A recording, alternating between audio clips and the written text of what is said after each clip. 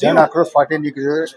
દારૂ જુગાર ડ્રગ્સના અડ્ડાઓ જોવા મળી રહ્યા છે અને જન આક્રોશ એટલા માટે જોવા મળી રહ્યો જનતા એટલા માટે એકત્રિત થઈ રહી છે કે જેનું મુખ્ય શ્રેય જાય છે વડગામના કોંગ્રેસના ધારાસભ્ય જિગ્નેશભાઈ મેવાણીને. જિગ્નેશભાઈ મેવાણી આપણી સાથે જોડાઈ ગયા છે. આપણે જાણીએ કે તેમની આગળની રણનીતિ શું છે અને આટલું બધું પકડાવાનું કારણ શું છે. જિગ્નેશભાઈ, શું કારણ છે? આ મુદ્દો આટલું પકડાયો છે એનો સંપૂર્ણ શ્રેય મને નહીં, ગુજરાતની જનતાને જાય છે. ગુજરાતની જનતાના દિલમાં પડ્યું હતું કે ભ્રષ્ટ પોલીસ અધિકારીઓ ગાંઠતા નથી.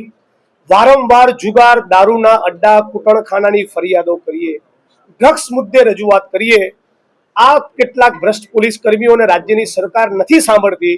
આ એની સામેનો ગુસ્સો બહાર આવ્યો છે.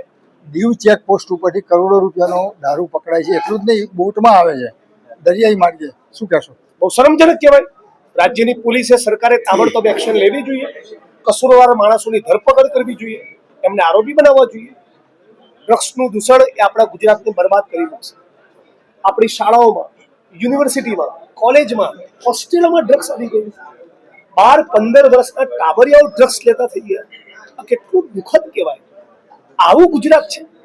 આવું ગુજરાત હોઈ શકે? આવું ગુજરાત ચલાવી લેવાય? 33 જિલ્લામાં જાણે કાયદો અને બંધારણના ધજિયા ઉડતા હોય. છડે ચોક કૂટણખાના, જુગારના અડ્ડા, દારૂના અડ્ડા, ડ્રગ્સનો વેપાર, ઇલીગલ માઇનિંગ, લેન્ડ ગ્રેબિંગ્સ, લોકો ખુલ્લી તલવારો લઈને રોડ ઉપર દોડી રહ્યા છે. આટલા સામૂહિક બળાત્કારો, 5-10 વર્ષની દીકરી પર રેપ. આવું ગુજરાત કઈ રીતે ચાલે? હર્ષ સંઘવીએ રાજીનામું આપી દેવું જોઈએ. એનાથી નહીં થાય. હું તમને કહું, એ માણસની કોઈ કેપેસિટી જ નથી. ગૃહ વિભાગ સંભાળવાની હર્ષ સંઘવીની કોઈ કેપેસિટી નથી. હી મસ્ટ રિઝાઇન અને પ્રેમથી રાજીનામું આપી દેવું જોઈએ. પત્રકાર જગદીશ મહેતાની બાબતમાં શું કહે? કારણ કે તમે બિલકુલ એ બોલે છે એટલે એમને ટાર્ગેટ કરી રહ્યા છે. મેવાણી કેમ લડે છે? કેમ કે લડે છે એવું છે. તાજેતરમાં તમે જે આ નિવેદનો કર્યા ડ્રગ્સને લઈને, પટ્ટાને લઈને, જેનું સમર્થન આમ આદમી પાર્ટીના વિસાવદરના ધારાસભ્ય ગોપાલ ઇટાલિયાએ કર્યું, પણ માણસો સમર્થન કરતા હોય બધાનું સ્વાગત છે. હું તો એપ્રિશિએટ કરું છું.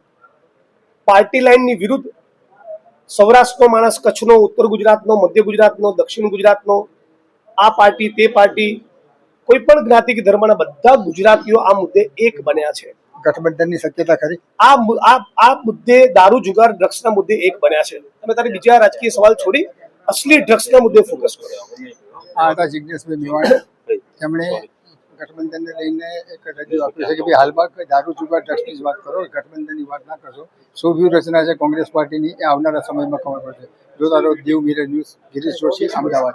હાય, હું છું ક્રુઝિન સિંઘાનિયા. આપની આસપાસના સત્ય સમાચાર જાણવા માટે જોતા રહો દીવ મિરર ન્યૂઝ. અને હા, લાઈક અને સબસ્ક્રાઇબ કરવાનું ભૂલતા નહીં. Thank you.